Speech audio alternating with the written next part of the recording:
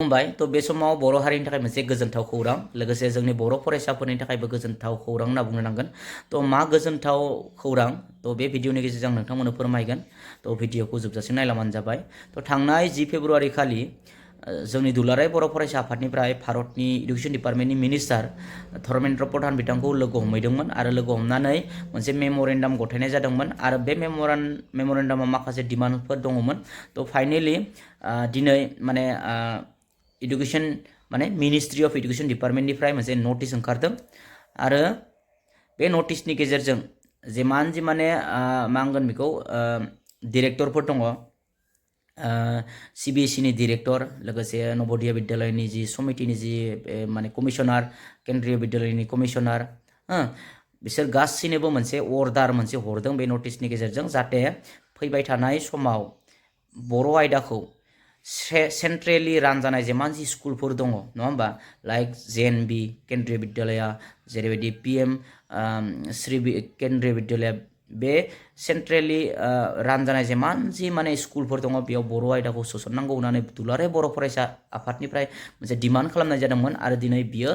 मोगथां महर मोनबाय दिनै बै स्कुलफोराव नोंथांमोननि गथ'फोरा बर' MIL साबजेक्टखौ लानो हासिगोन आरो फैबाय थानाय जि CTET एग्जाम बे CTET एग्जामावबो जिहेतु CBSE आसो खुङो नङा होमबा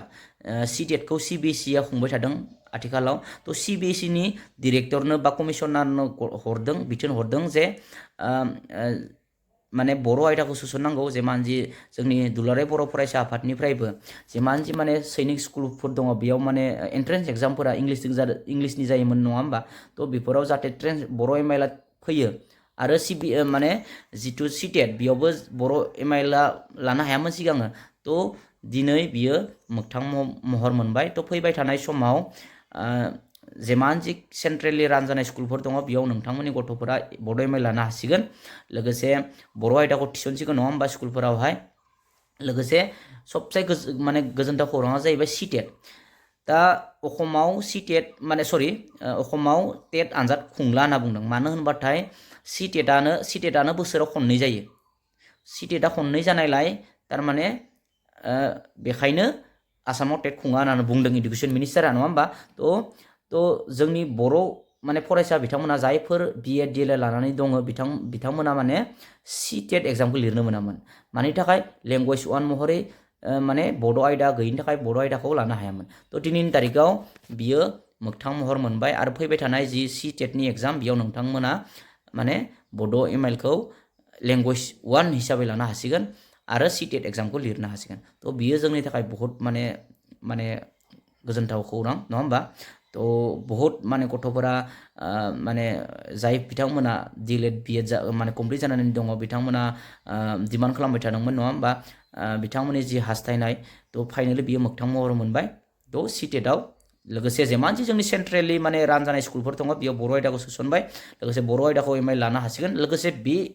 बे सेन्ट्रेलि जेमान जि सेन्ट्रेल माने स्कुलफोर दङ लाइक JNB दङ केन्द्रीय विद्यालय आं दहाय जिखिनि माने इनस्टिटिउटफोर बुंबाय नङा होमबा स्कुलफोर दङ बेयाव गोबां भेकेन्सि ओंखारसिगोन दायो बड' MIL खौ थिसननायनि उनाव गोबां माने भेकेन्सि ओंखारसिगोन आरो बेयाव माने टिचार एपइन्ट खालामनो गोनां जागोन ओंखायनो जाय बिथांमोना जेनेबा बड' MIL आव MA खालामदों BA खालामदों DLEd कमप्लिट जानानै दङ BEd कमप्लिट जानानै दङ बिथांमोना CTET होनानै बै स्कुलफोराव नोंथांमोना साख्रि लानो हासिगोन लोगोसे CTETआवथ' होनो मोनखासिगोनानो टेनसनानो गैखाला तो बेखिनियानोसै दिनैनि भिडिअआ आरो बेनो जाहैबाय जोंनि थाखाय बिराद माने गोजोनथाव खौरां होनना बुंनांगोन आरो नोंथांमोननि थाखाय गोजोन्थों।